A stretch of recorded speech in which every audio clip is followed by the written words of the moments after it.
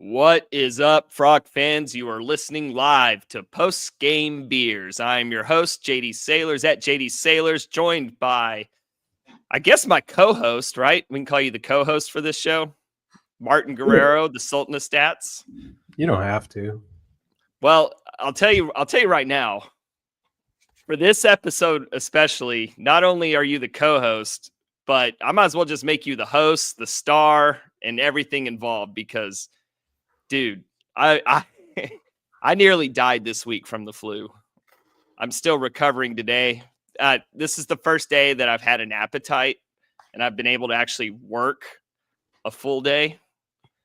But man, Sunday night, really, actually, I'll tell you when it started was about fourth inning of the Kansas State game. I started to feel pretty sick. Made you sick? I turned that thing off. I turned that thing off real quick. Yeah. And it's been a rough week, man. I didn't make it out to Lupton on Tuesday. First opening night I've missed since I lived out of state a decade ago. Mm-hmm. So that was no bueno, but we're all good now, man. I'm ready for the weekend. I'll tell you what I'm excited about is getting out there to Lupton tomorrow and getting a long drink in one hand and a handful of seeds in the other from Chinook Seedery. Yeah, dude, those seeds are the best seeds. I love those seeds. Yeah, and obviously we're proud to be partnered with them, but shoot, man, we say this about long drink all the time. Even if we weren't partnered with these guys, we would still love them. We would still shout them out because they really are that good. Yeah, and they're so like into college baseball, like they're spreading the game and stuff. And yeah, dude, they're awesome. Yeah, so go to their website, check out all the flavors they have, use promo code LDC on every single order and get 10% off. Go to Specs and get some long drink for the tailgate tomorrow. I'm excited for this. Southern Miss coming into town. Yeah, dude, they're really good. So I looked at their history, and so the last 8 seasons, if you don't include COVID, they got 40+ wins. That's big time baseball. Yeah, no, they're legit, man. And I don't know how many people are going to come out to Lupton just for Southern Miss, but if you're on the fence, because maybe you don't follow, nationwide college baseball, but and you look at the schedule and you see Southern Miss, it's out of conference, whatever. No, this is, man, it's not a regional, but if TCU was hosting a regional, Southern Miss was a 2 seed, that could be a very likely outcome. Yeah, that'd be one of the top 2 seeds, I think, if they're a 2 seed. And then especially regionally here in DFW, DBU gets a lot of talk, and then one of the most talked about in the country is probably ECU. Dude, I think Southern Miss is better than both of them. Yeah, dude. Yeah, and they've actually This is the series, especially from a non-conference standpoint, and really just the schedule as a whole. This is one of the series that really jumped out at me, and I kind of circled it and, said this is a big one. So, I think it has to be the top series at Lupton this year. Yeah, I think we have Arizona State. Mm-hmm. They come to town, but man, I'd say as far as a quality standpoint, Southern Miss outdoes Arizona State, right? I would have to agree. And then, if TCU fans are not pumped up for Southern Miss, I can guarantee you Southern Miss fans are going to be pumped up to come to this game. I bet you there's going to be a lot of them. Yeah, this should be 3 crowds of 5,000 plus pretty easily. Yep, it's their first away series of the season. They've only had 1 game away from Hattiesburg, and that was on Tuesday at Ole Miss. That was a fun one. I know Ole Miss pulled away late, but that game was back and forth for most of it. Yeah, probably not fun for Southern Miss, but yeah, I got away from them late, but that's Tuesday night pitching, so. It's not the arms we're going to see. So we'll talk about Southern Miss more here a little bit later, but let's talk about TCU a little bit. Martin, where do you want to start? Because I was trying to make this point. I don't know if I made it clear, but Yeah, I got my charts updated. I've watched the games, but my brain is not really there to put together thoughts. So I'm just going to ride your coattails tonight. So, I'll carry you through it, boss. all right, let's do it. All right, so I want to start with the Kirk Sarlos coaches show at Railhead. I went to that. What was that yesterday? Yep.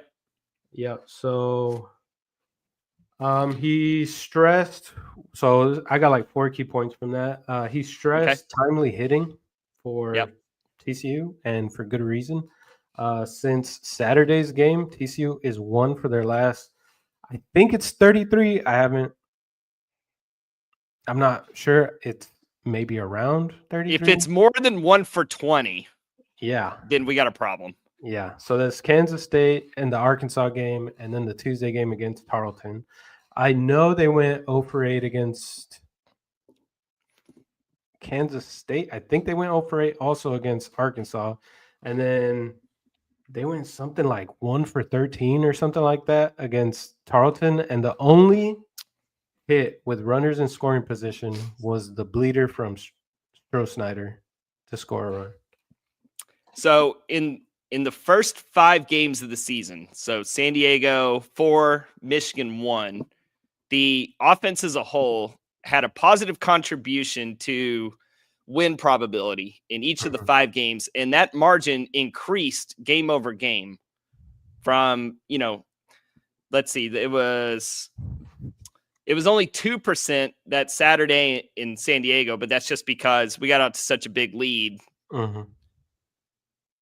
Offense didn't really matter as much as just getting outs. But then in that 3rd and 4th game, it went to 15%, 27%. Then against Michigan, they contributed 29%.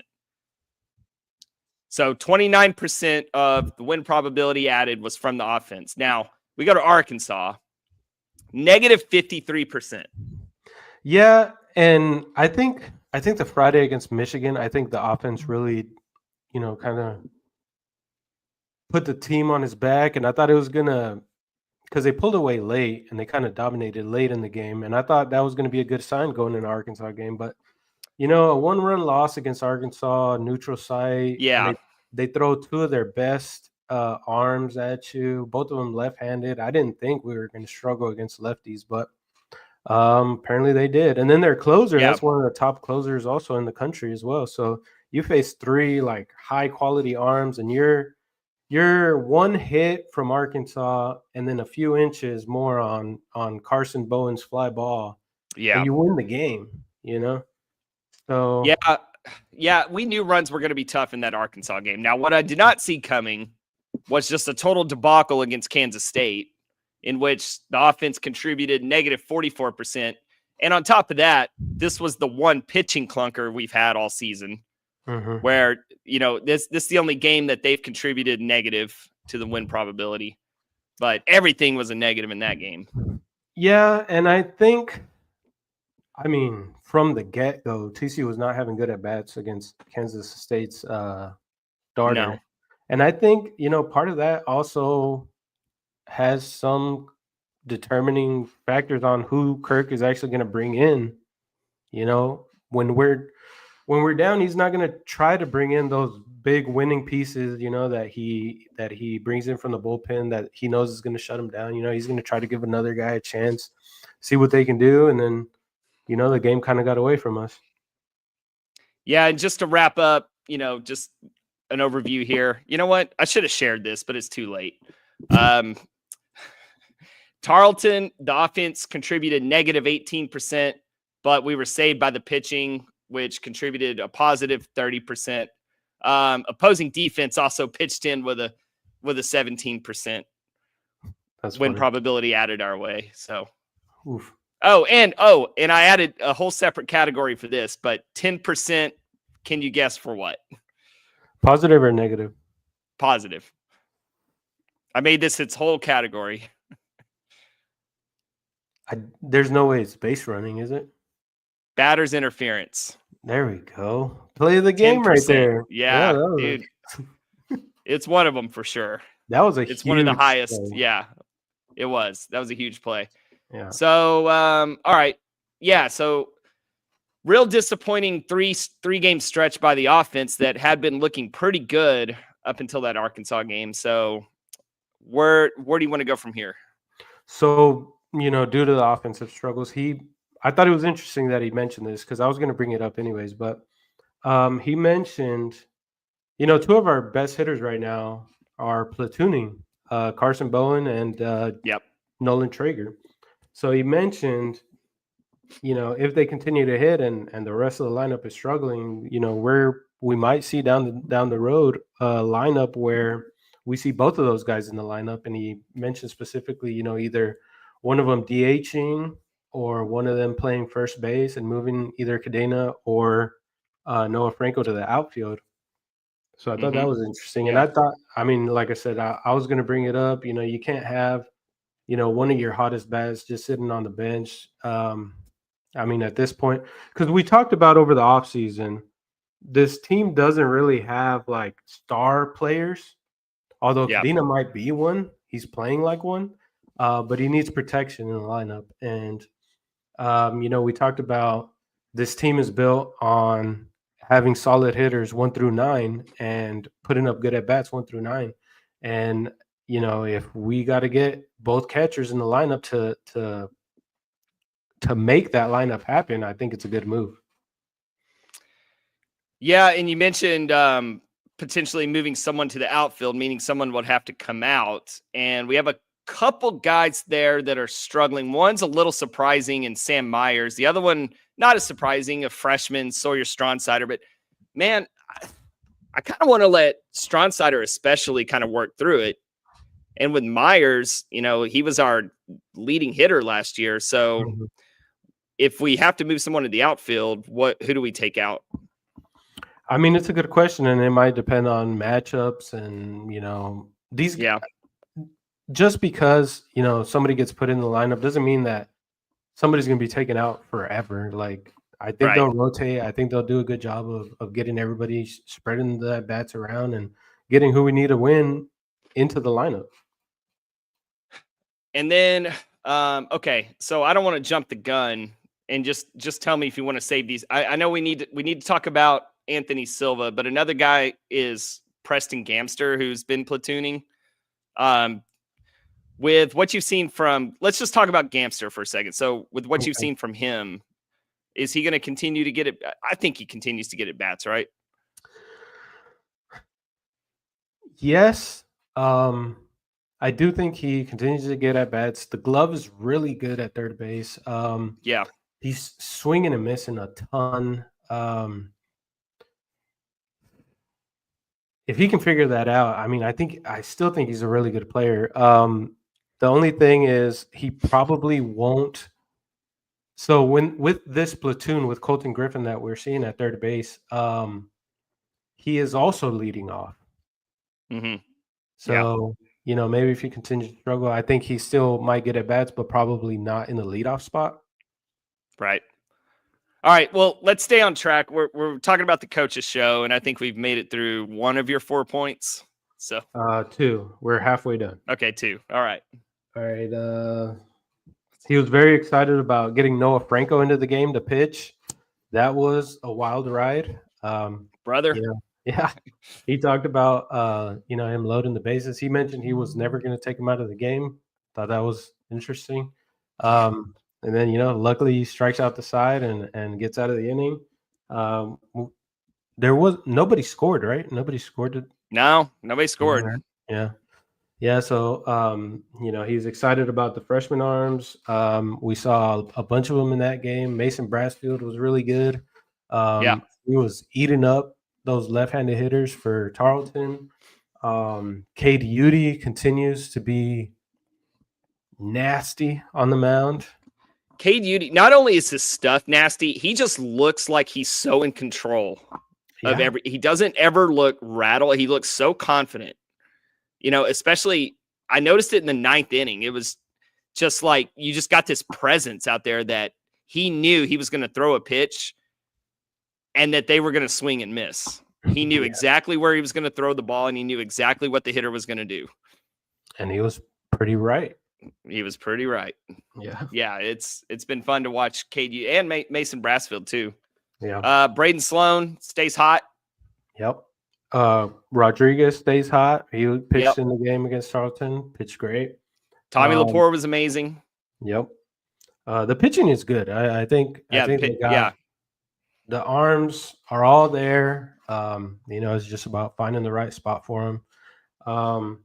The last thing he mentioned that I thought was interesting, they're building every game, especially this year with so many young players, either freshmen or guys. The freshmen is they're getting their first taste of college baseball, and then the young guys, like the sophomore transfers, it's their first time playing for TCU, and they're building, every day to learn what TCU expects from them as far as their approach. Yep. So yeah, I thought it was a pretty good show. I might go to all of them this year if they keep having them at the same time. 1 second here. We bring the boom. That's what we do. We bring the boom. Our family brings it to you. We bring the boom. So that I'll play a song for him when he joins in. Our family brings it to you. We bring the boom. Joining us late That's what we is do. the producer, Crazy Ray Cartwright. What's up, bitches? Bring the boom. We had a real nice flow to this pod going. Well, that is over. What's up, Ray? Go. Hey, y'all did a good job skeleton crewing it on Monday. I say good, not great. Not bad for winging it in like 20 minutes of prep work when we didn't know that Yeah, no, everyone it was going to good. be gone. It was good. We had the host of the Uninformed Pod filling in for hosting Yeah, duties. dude. Garrett, Carried he did it. great. He carried No, it was good, man. Once I was able to, come alive enough to listen, I enjoyed it. Yeah, COVID, man. He finally got the This vid. ain't no COVID. It's not no Dude, COVID. that was This is What It's were the your new symptoms? blown flu. Dude, Huh? what were your symptoms? Everything. That sounds pretty COVID. I had you name it, I had it, man. Diarrhea. You vaxxed? Triple vaxxed. Are you waxed? Well, yeah, I got my latest booster on Sunday morning before the game. So Oh, that responsible yeah, boy. maybe That's had a what we like to reaction. hear. Yeah. Yeah. So 20-time boosted now. You got proof? No. Where's your card, dude? Display it, dude. It should be like It's my wallet. Where yours is too. It's where everybody's is. Yeah. I've got mine framed on my wall. All right. Let's see. You mentioned Sam Myers. We can talk about Sam Yeah. Myers. All right. So, dude, honestly, yes, looking at the batting average, I thought, yeah, he's struggling. But, I looked deeper into the numbers and I was actually kind of surprised. He has a 433 on base percentage. He walks a ton. Yeah. So he has 8 walks so far in 7 games. Do you know how many walks he had all of last year? In case you're not looking at the numbers. 11. He had 9 all of last year. 9-11. And he's already up to 8 in 7 games. It's pretty good. And honestly, I think so. He has 1 hit by pitch in San Diego. I think it was a 3-ball count, so he could have already matched his walk total from last year. And when you're a guy like him who relies on balls that are put in play, in order to get hits, I mean, sometimes you're going to have some bad luck. Sometimes you're going to have some good luck. And, you just got to go up there and continue to have good at-bats. And then when you're not walking, continue to put the ball in play.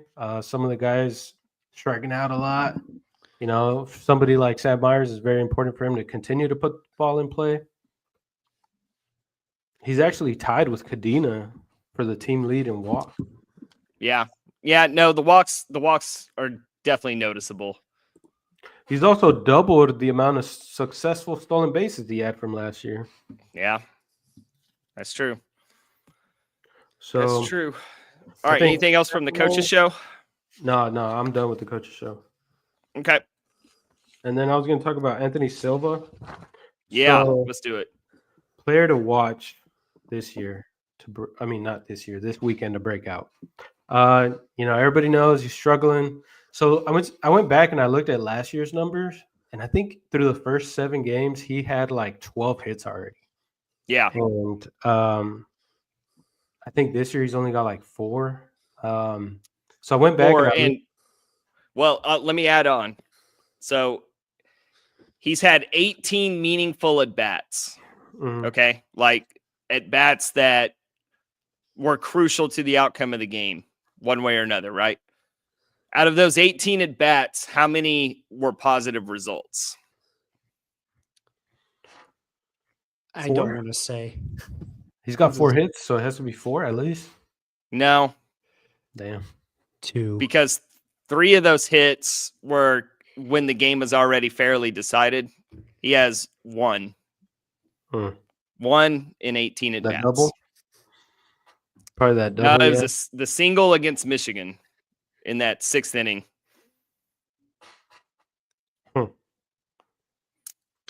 Well, hopefully breaks out this weekend. So It can only go one direction.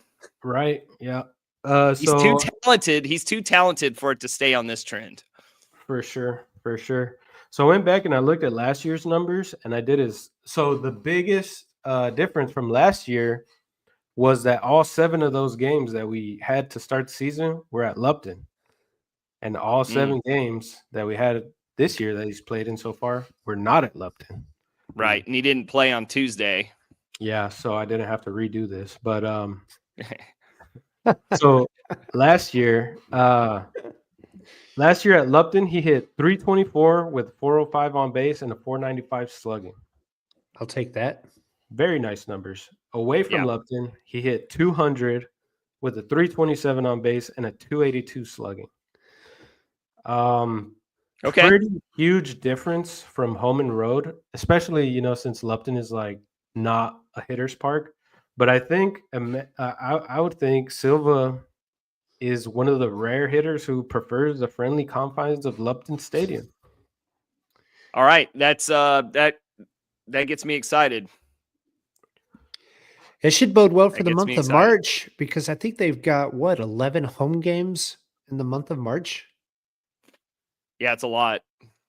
They're away at Tech, away at Texas State, and away at Houston. That's Yeah. it. Yeah. The rest of the games are at home. Should bode well for Mr. Silva, I would say. Yeah. Yep. All right. Where do you want to go from here? Just shout out Isaac Cadena.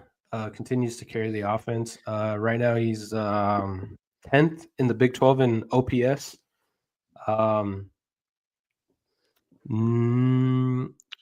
Let's see. I don't think he had a home run this weekend, but he had a triple. And dude, he just continues to have like the best at bats on the team. Yeah, he does. He his chart is a little weighted by the double play against Arkansas, but of course we know the story behind that. Right.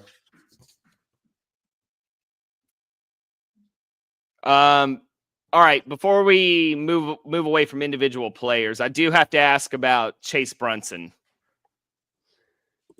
He got off to a pretty good start in San Diego, but it was a really rough weekend in Arlington and a pretty rough game against Tarleton. What do you expect we see from Chase going forward? I mean, I think I mentioned before the season started, he had off-season surgery. I think he missed all of the fall. I think he only played in the scrimmages in January. It's possible he gets off to a slow start, and he just needs to get at bats and continue to improve. Yeah, there's flashes there, right? Like I said, he had a rough weekend in Arlington, but he did have that key triple against Michigan. Is a couple steps away from being an inside the park home run. Right. Yeah. So, I mean, he's a good player. Needs to be in the lineup every day. Just needs to get hot. Yeah. And one thing I was going to say about not hitting with runners on, I think that is kind of a regression type thing. I don't think they changed their strategy a lot when it comes to hitting the guys on base. Like maybe you try to go the other way a little bit, but for the most part, you're still trying to see a good pitch. You're still trying to hit it. You're still trying to lay off bad pitches. So I think given enough time that those numbers are going to even out. I would be more concerned with the offense if we were talking about how we never get runners on base. Oh yeah, we still get a ton of runners on base. Right. And then with this stat, 0 for 8 against Kansas and Arkansas. I mean, you had 8 chances to win or score some runs, right? And that probably, let's say you're 1 for 8 against Arkansas, you probably win the game. This is not a stat where you need to hit 1,000. I mean, you just need like 2 or 3 a game, and you probably win the game. Yeah, I mean, I think over the course of the season, your average with runners in scoring position will closely mirror your batting average as a team overall. Yeah. Yep. That's true. All right, where do you want to go now? You want to talk Southern Miss? Let's talk Southern Miss. All right, let's see. Where should I start? Well, they got some boppers. I can tell you that much. You want to start with the offense, or you want to start with the pitching? Start with the offense, because I think when you think of Southern Miss, that's the first thing that jumps out at you, right? So that's what I thought. Yeah, that's what I thought. Guess historically, they've been like a team that hits good, and then they got like a really good arm, right? Like, let's see, I had a couple. Sometimes 2 really good arms. Like Tanner Hall or Hunter Stanley.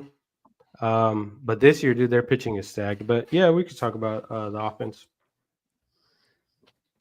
So their leadoff hitter is a transfer, Joey Urban. He's their center fielder, leadoff hitter, transfer from Butler. He was the Big East Freshman of the Year in 2023. He's first team All Big East in 2024. He hit .332 with a .412 on base and a .490 slugging.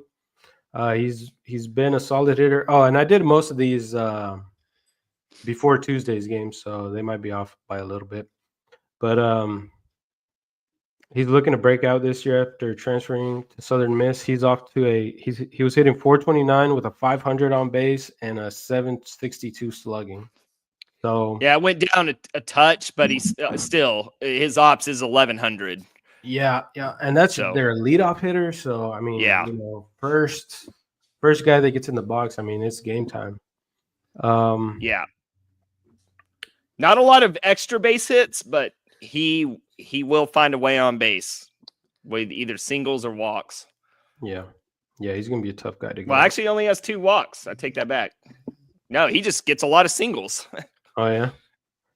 Let's see, and then Ozzie Pratt, number 4. He's I think he's their shortstop, senior. He hit .317 with a .367 on base and a .440 slugging as a junior after transferring from Southern Miss from BYU. He was named second team All Sun Belt as a shortstop. So far, well, before Tuesday, he was hitting .379 with a .459 on base and a .586 slugging with 3 doubles and a home run. Is he still hitting that well? Yeah, it's pretty much the same. Yeah. Okay. Another big bet they got is number 11, Davis Gillespie. Yep. Left fielder, redshirt sophomore. He redshirted his freshman year. He hit .318 with .391 on base, .516 slugging. He had 8 home runs, 19 doubles, and 44 RBIs. He's a corner outfielder, expected to provide pop for the Golden Eagles in the middle of the lineup. I think he's like their 3rd or 4th hitter.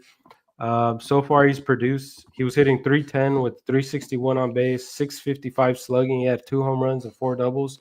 And I think he hit a home run against Ole Miss.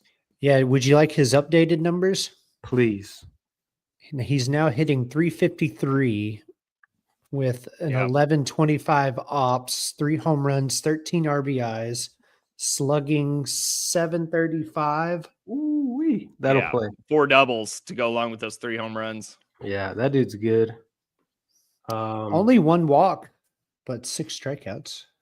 And this team doesn't strike out a lot either. No, they No. do not. They do not strike out. I mean, they don't really. They put the ball in play a lot, and then sometimes they'll put it out of play. I've never heard a home run called put out of play before. It's definitely not in play. In play runs. Another guy, Nick Monaster, number 8. He's a junior. He played all over the field for the Golden Eagles in his first 2 years there. He had an outstanding freshman year where he hit 320 with 422 on base and a 523 slugging in 2023. A little bit of a sophomore slump in 2024, but he still hit 11 home runs and drove in 53. He's off to a good start this year. Yeah. What's he hitting now? 290 with a 439 on base, 613 slug for 1,000 ops. I'll just round down, so make it easier. Yeah. So yeah, if you're getting over 1,000 ops from your second baseman, your offense is good. Yeah. And then they got another guy, number 37, right fielder Carson Paytow. He's a senior. He hit 275, 393, and 512 in his career at Southern Miss. He's got 33 home runs and 140 RBIs in his entire time there. What's he hitting this year? He's like one of the few lefties. 273 with a 385 on base, 636 slug to give him just a touch over 1,000 ups. Yeah, they have 7 guys with over 1,000 ups. Now, usually, when we profile teams, we'll talk about 2 or 3, and if they have a really good offense, maybe 4 or 5 guys with an ops that high. Yeah. These dudes are rocking 7 of them. Yeah. I guess the good thing for TCU is that most of them are right-handed hitters. Yeah. And our entire weekend rotation is right-handed. We got a lot of righties out of the pen too. So I think it's a good matchup for TCU as far as this weekend goes, but this team can hit. Yeah, that was going to be my next point. Now, they're talented. They can hit, but I don't think they see much pitching like TCU is going to throw at them. No, look at their schedule to start the year. Nah. It's like 4 games against Lafayette. But the other games were pretty good. They beat Ole Miss 3-0. Mississippi Mississippi game, State lost to Ole Miss 15-8, but that was the Mary Kate game. So And then they took 2 out of 3 Ole Miss against was fueled. Louisiana Tech. And the only game that they've lost on the weekend was the second game of a doubleheader against Louisiana Tech. Yeah. And Martin, you said that that team doesn't strike out a lot. They do not. 65 strikeouts so far on the year this year. Yeah, I think the last time I looked at it was maybe like 15%. And TCU, for comparison, has Yeah. struck out 84 times. Yeah, yeah, and nobody on the team is in double digits in strikeouts. yeah. I think as a team, Southern Miss, their strikeout rate is around like 14 or 15%. And I think TCU's is like 25, 26, somewhere around there. Yeah. So it's definitely a different, I guess, approach at the plate. Do they walk a lot? They have a couple. Yeah, I mean, I don't know what the rate is just by looking at this raw chart. 37 walks on the season so far. Yeah, I don't know what that walk percentage is. But TCU's walked 48 times, so Now, one thing they're not going to do is steal bases. they will not. They've gotten They are station to station 5 successful good stolen because- bases. because for whatever reason we struggle with holding guys on and throwing guys out. So teams that can run might give us problems at some point in the season. We'll see. But this isn't going to be one of them. Do you know how many stolen bases Tarleton had? Because I know going into the game, they were like top 20 in the nation in stolen bases. I'm sure Ray can look that up for you. Yeah. Give me 2 minutes. You want to go on to their pitching? Yeah, so I looked up. I looked up their walk rate, and it's about 10 to 11%. Looking at TCU's just for comparison, because I know TCU, that's really one of their Cornerstones in the offense is, being patient, getting on base, drawing walks. Martin, would you like the stolen base numbers real quick for I Tarleton? would love the basis numbers. Yeah. 21 successful swipes and 28 attempts.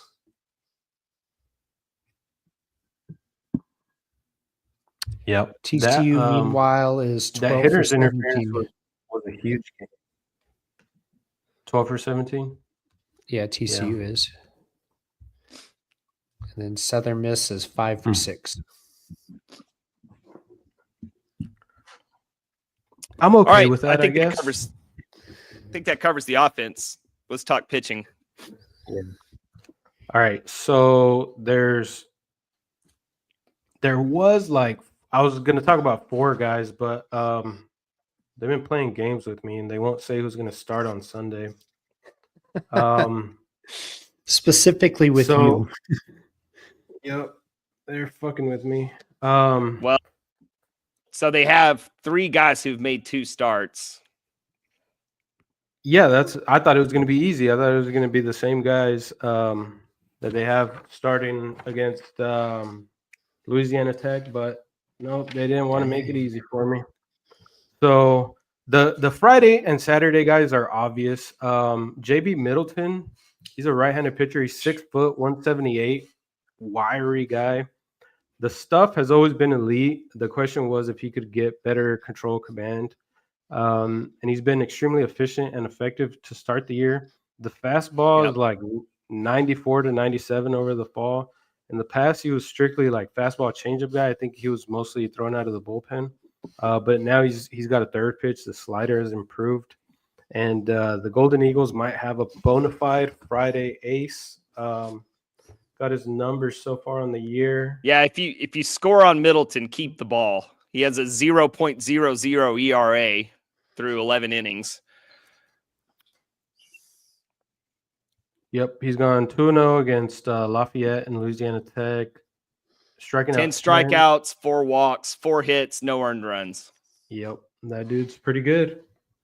Then the Saturday guy is going to be Cross Sively.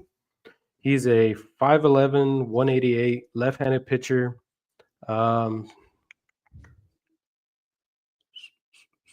He throws a 4-seam fastball and a 2-seam fastball. He usually sits around 89 to 91. His slider is his best off-speed offering. He also throws a changeup. He has pitched in various roles for Southern Miss in his this is going on his 3rd year.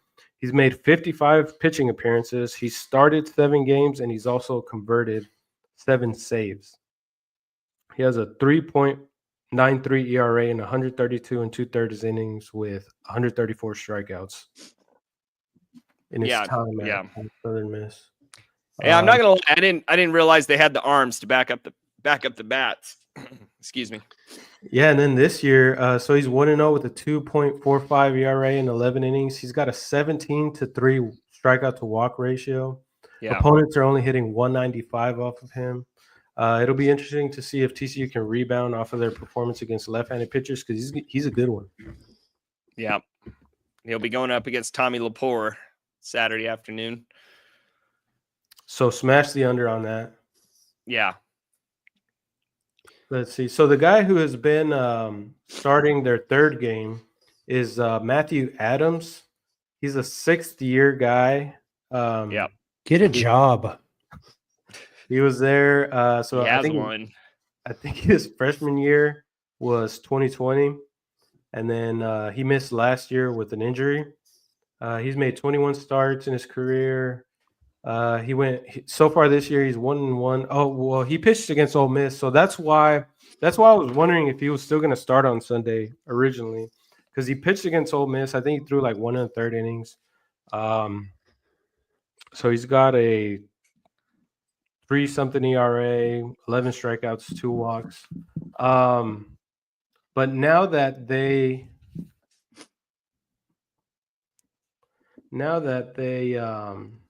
pitched him against Ole Miss, and they won't say they got it announced as TBA who's going to start on Sunday. So originally I thought it might be What's his name? Colby Allen. Yeah. So Colby Allen, key reliever. He's a junior right-handed pitcher. Last year he went 10-2, pitching out of the bullpen. He threw 65 in the third innings, 3.58 ERA, striking out 82 in 65 innings. He's made 3 appearances so far. He had 4 no-hit shutout innings against Mississippi State when he started a midweek game against them. And he's also converted 2 3-inning saves for Southern Miss. So it looks like their bullpen is made up of mostly freshmen. Yeah, But freshmen that can throw it. A lot of the guys are actually hurt too. Mm. I think 2 or 3 guys are hurt, and then so 2 guys are out for the year, and I think both of them are freshmen. And then one of the guys is still pitching, but he's dealing with like a pinched nerve or something in his neck. Is it Josh Ouch? Mm-mm. Oh, That would name. that would be fitting. Yeah, so it'll either be Colby Allen starting on Sunday. I think the reason that they came out and said TBA is because they don't know if they're going to need Colby Allen Friday or Saturday night. right. Because he can do both for them. You know, if it's a tight game and they have a lead, they'll pitch him and they'll hope that he wins the game for them. If they don't need him, then yeah, they'll probably start him. Another guy that they might start against TCU is freshman left-handed pitcher Graydon Harris. He's 6'1", 210 pounds. He only has 1 appearance this year. He started one of the games against Lafayette to start the year, and he pitched well. He threw 5 shutout innings. He only gave up 2 hits. He's got 2 walks and 2 strikeouts on the year. He's the first true freshman to start in a weekend series for the Golden Eagles since 2020. And I thought it was pretty funny that the last guy who did it, Chandler Best, is still on the team. He sits about 90 to 92 with a changeup and a slider. He was highly touted recruit out of Southern Louisiana. Perfect Game had him ranked 285th in the nation and 5th in the state of Louisiana. All right. Well, that's a tough opponent that we got. But I like the Frogs in this one. 2 out of 3. Sweep, baby. Sweep. Give me 2 out of 3. Dude, I said sweep take it and before run. the season started. Dude, get your right. brooms ready on Sunday. Okay. Didn't right, y'all say Southern Miss was gonna suck? Hey, would y'all like some breaking Big 12 baseball news? Kansas lost. Did Omaha beat Kansas? Kansas scores 6th in the bottom of the 9th to walk off, Dang. including a walk-off grand slam home Are you run kidding me? to beat I- Omaha. I I turned thought- that game off to do this damn podcast. I thought they were. Dang it. I thought they were in Lawrence. They are in Yeah. Lawrence. That's why they So how walked did him it off. walk off? Kansas They- walked them off. Yeah, they Oh, were shit. down I'm 8-6. Bro, do you know in where the Kansas bottom is? of the 9th? I'm retarded. Scored 2, had the bases loaded, then hit a grand slam. They had a student section full of frat guys, and the coaches in the middle of the game had pizza delivered to the student section, and they were just passing the box around and grabbing slices out of it. So I guess good for those guys. Did they trick him? As long as they didn't leave early. Yeah, dude, it was so corny. I was listening to the game, and they were just making all these like references. Like, who's the guy on Kansas that's been there forever? Basketball player. Oh, Hunter Dickinson. Yeah. Yeah. So Kansas hits a home run or something, and they're like, "That one landed in Hunter Dickinson's dorm room. He's gonna come back Oh from my practice God. and see a baseball." Yeah. It was That's the funny. broadcast was so full of like just weird. Like another one was that one was hit to the corner bar. Like just all these obscure Ooh, references. The corner bar. Yeah, I know. The corner bar. The Yeah. corner bar. Patrons, be on the lookout for flying balls. Well, all right. good for RPI, I guess. Kansas doesn't drop one to Omaha. Let's look around the rest of the Big 12 real quick before we wrap up. A lot of the big matchups this weekend are courtesy of tournaments. You have Kansas State in the Frisco Classic. They play LSU tomorrow. Let's see. What is the Baylor plays Oregon State tomorrow at Globe Life. Tennessee and Oklahoma State battle it out in Houston. Is that tournament? It's really it as far as these are all tournament. There's no real interesting 3-game series. I guess So Arizona State and Minnesota, does that do anything for you? I was actually thinking about this. I want to say it was last week. While these tournaments are great, would y'all rather see like big time matchups as like 3-game series? Like Well, yeah, say of course. TCU, Arkansas scheduled a home and home. Or, name your matchup. Home and Like- home. Like what, 6 games? No. Like 1 year, Oh, I see. TC goes to Fayetteville. Next year, Yeah, Arkansas I comes just back think here. I think these programs pull in so much money from these tournaments that it's only going one way. Like it used to be only a handful of teams would play in a couple tournaments. Now and now- everybody's and then got a tournament. Now everybody's got a tournament and it goes like damn near a month of the season.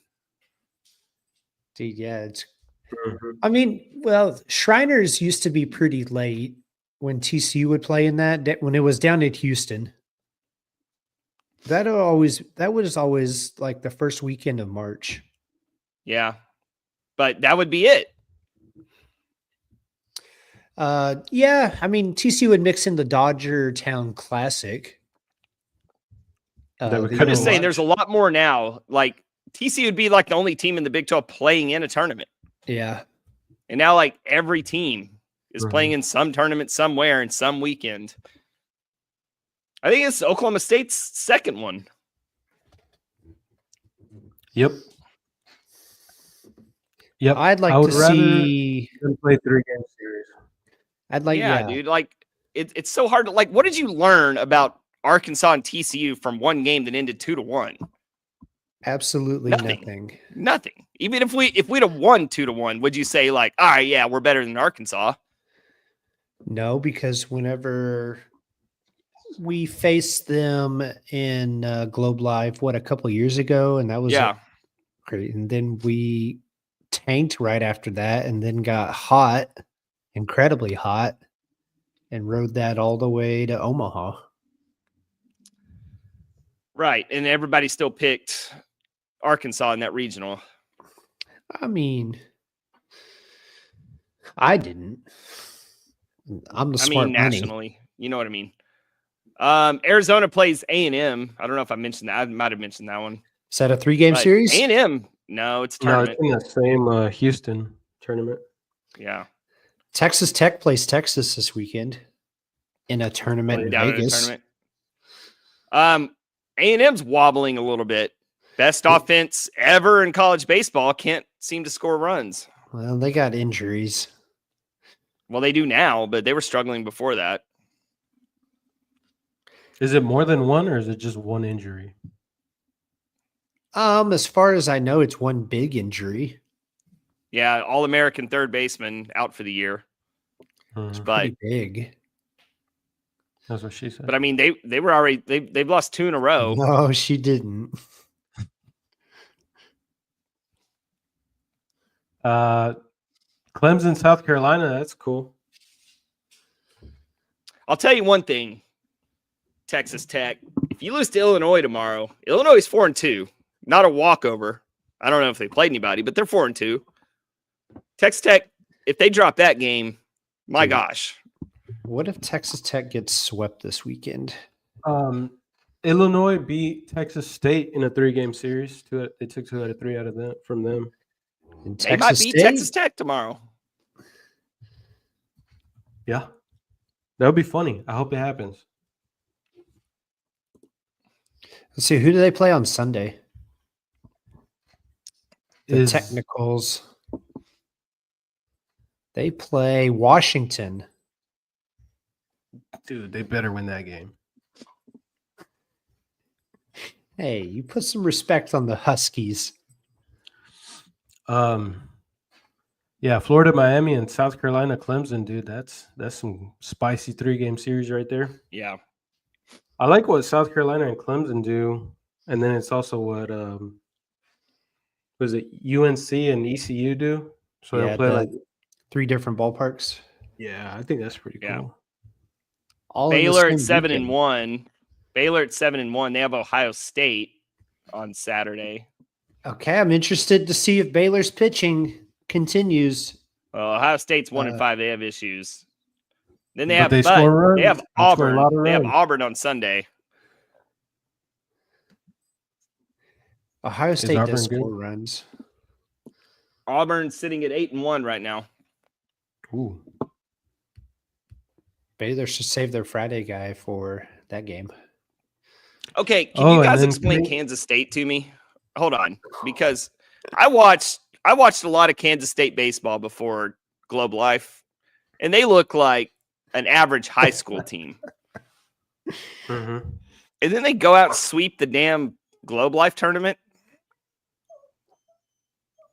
No, I cannot cannot explain what got into Kansas State. I was getting these group texts. Hey JD, I thought you said Kansas State sucked. Like, dude, if you would have watched them, you would have had no doubt in your mind. They they couldn't field a ground ball. They couldn't pitch. They couldn't hit.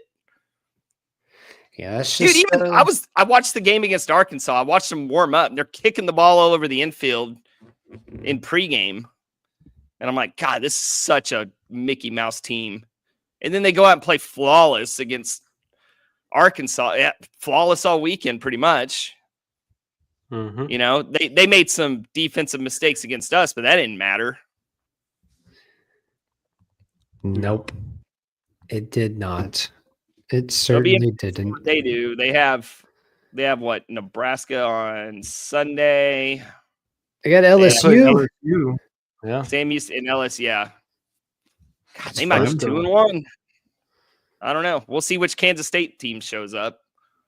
God, I'm really upset about that game that we lost against them. But, Do you want them to be good because they beat TCU, or do you want them to be bad? well, they might as well be good now. Yeah, might as well go out and win them all. No, Yeah. dude, it just reminds me of like when we had that tournament against Vanderbilt, Arkansas, and Missouri. And we were like, what's Missouri doing here? And that was the only Oh, game yeah. we lost that weekend. Yeah. And extras. And then they weren't any I just good. don't like being so certain about something and then ended up looking like what? I thought you said they sucked. Dude, They that's why you got the do. flu. Yeah. Pete I Hughes know. gave you the flu. No, that's what I told Martin at the start. I was like, I'll tell you exactly when I started feeling sick. It was about halfway through the Kansas State game. Anyway. All right, boys. Want to wrap up, get out of here under an hour? That'd be a nice accomplishment. Yeah, final series for the weekend, UCF at USF. Ooh, yeah. That's in the 11.7 pick 'em. I went with UCF in that one. Yeah, JD, didn't you go 9-1? Last I week? am 8-2 right now overall. 8-2. 8-2, yeah. Nice. Yeah, I dropped. I forget which series it was. Oh, it was Liberty. They won the Friday night game, and then they dropped the next two. The freaking So I lost that. Flames?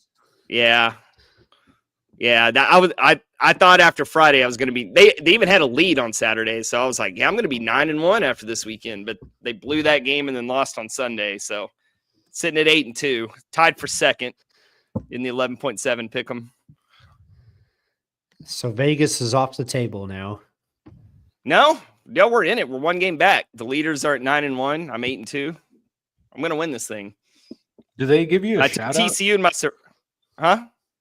Because I think last year 11.7 would like read off the leaderboard, give you a shout out.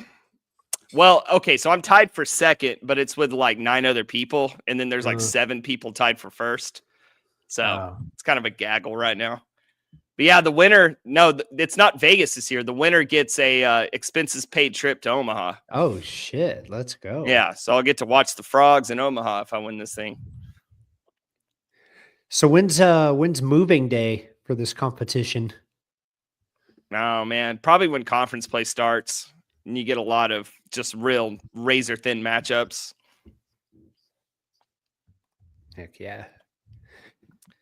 All right, boys. Big- Roll call for Lupton tomorrow. Who's in? Bang! Sweet. We have a full crew. Maybe we'll even get Garrett out to a game. Maybe the horse will make an appearance. Stay tuned. All right. Well, I will be out there bright and early with a long Dude. drink. I'm gonna get out there about 9 a.m. and start pre-gaming. Why Start not? tailgating? The day is your oyster. Dude, it Attack really the is. day. You gotta Take your earn it. look. Good epi, boys. I will see you guys tomorrow. And thanks for everybody joining on YouTube and listening to us later on Apple or whatever it is you listen to. We'll see you guys at Lupton. Go Frogs. Go Frogs.